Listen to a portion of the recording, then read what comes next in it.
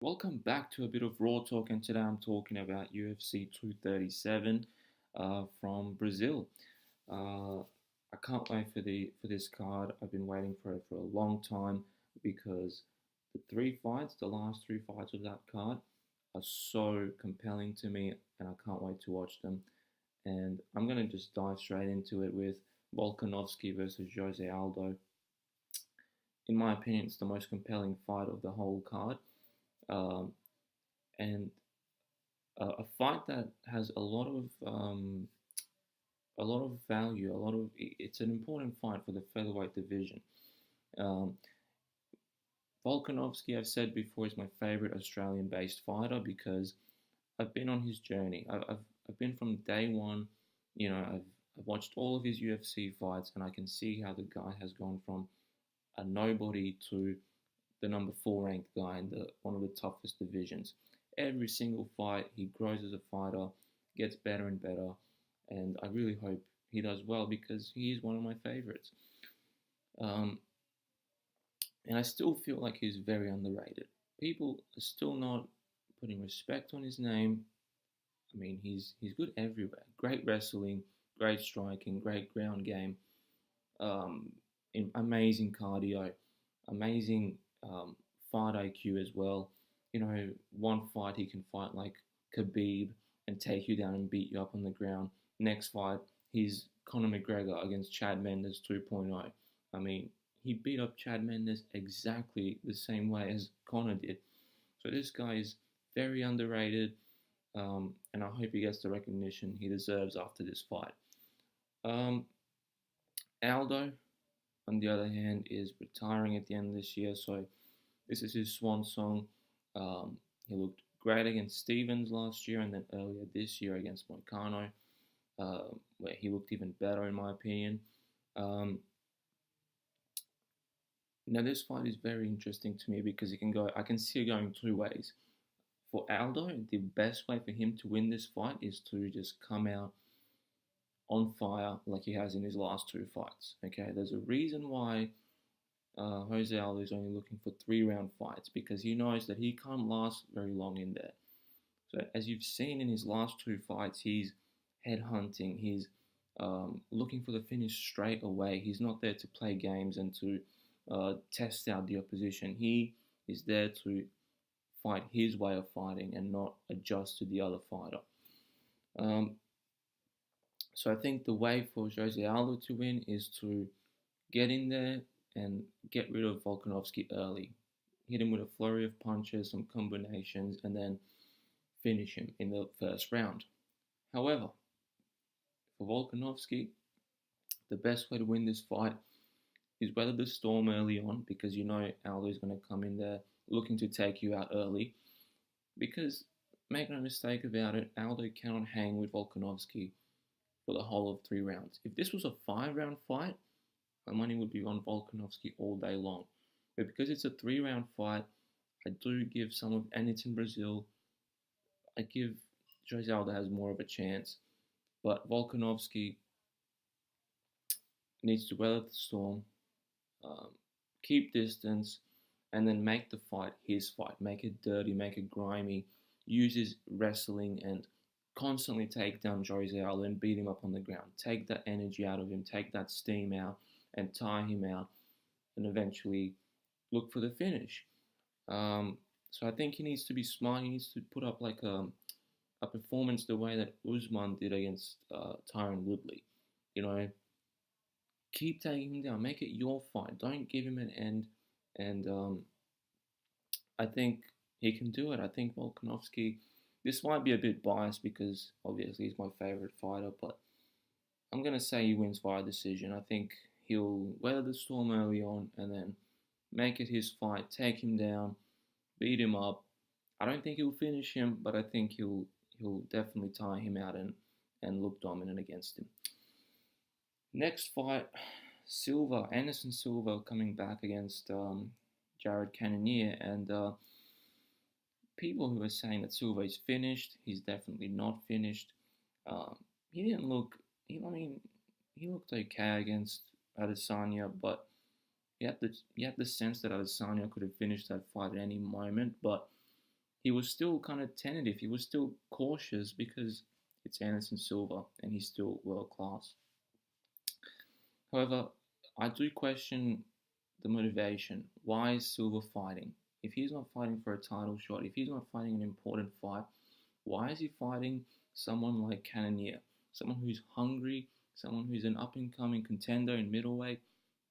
I, I kind of question the motive because at this point, Anderson Silva should not be fighting. He's 45, I think. He shouldn't be fighting guys who are like coming up and are hungry for that belt. He should be fighting guys who are like on their swan song as well. It's someone like uh, I can't think of something. Yoel Romero. Yoel Romero is not getting a title shot soon. That both big names get him in that fight. He shouldn't be fighting up and coming contenders unless he's actually very serious about going for the title again. Um, and this is a good fight for Cannonier because he's a striker. He struggles against wrestlers, even though he looked good against David Branch in his last fight and stuffed a bunch of takedowns. That's his Achilles heel, wrestling. You won't get wrestling with Anderson Silva. He'll keep it standing. He'll look to expose you with his Muay Thai. And it's actually a good fight for Cannonier. I think he will thrive in the spotlight. I think he's ready. I think his rebirth as a fighter was his last fight against David Branch, and I think he now believes he's one of the elite guys. And his power is ridiculous. He used to fight at light heavyweight. His power and strength can be a bit too much for some of these middleweights.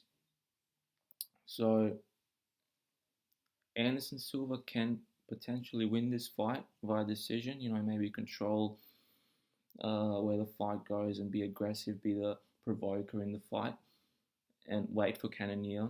But he can't play the cat and mouse game. He can't leave his face exposed. He can't drop his hands and just even though he has great head movement, I think Cannonier is too fast and too powerful to play that game. And unfortunately, I don't think Silva will back down. I think he'll fight his way, and I think he might get knocked out. I think Cannonier is hungry. He's ready. I predict he'll win by a knockout. And then in the last fight, the main event, Rose Namajunas versus Jessica Andrade. I think Andrade is the favorite, but I'm not sure as to why she's such a significant favorite. I mean, yes, the fight's in Brazil. Yes, she's an elite fighter. But let's not sit here and pretend like Rose isn't one of the best female fighters in the UFC. Not only is she the champion and beat the most dominant champion, Joanna, back to back convincingly, she gets better every single fight. Her striking is insane at the moment. Her ability to keep control. She's working with Justin Gaethje and Trevor Whitman, striking experts, and she's very, unlike Gaethje, she's very, she's not there to cause chaos. She's a counter puncher. She takes her time. She's not very, she doesn't rush into anything, and I'd argue that her striking is beginning to look world class, and we all know about her submission skills. They're absolutely crazy, and she can pull off an armbar or a choke from anywhere. So I feel like, again, another fighter who's a bit disrespected. Andrade is obviously very tough. She's very strong for her weight class. She has huge power in her hands, and she has great grappling skills as well. I think this will be a dogfight. I think this will be like a back and forth, close fight to call. I hope that the judges, because it's in Brazil, I hope they're fair. I hope they're unbiased. I hope they actually give good decisions and not, buy into the crowd. Because we've known in the past Brazil can be a shady place when fights go to a decision. So yeah, I think it's going to be a very close fight. I have a feeling that Rose will do it again. I know Andrade is a difficult opponent, but I think Rose will just edge it out, and I think that her rise will just continue to expand. I think it's going to be another hard-earned victory for her via decision. So I'm expecting a war between those two. But yeah, I think overall it's going to be a great card. I hope it is. I hope the judges are going to be fair and unbiased, and no results get spoiled by them as well. Um, but based on my predictions, I'm predicting a bad night for the Brazilians because I actually predicted all of them to lose. Yeah. So, but again, these fights are so close to call because, and they're so compelling because the fighters are such at an elite level. It can go either way. So, regardless, I'm excited. Hope you guys are. Like, subscribe. See you next time.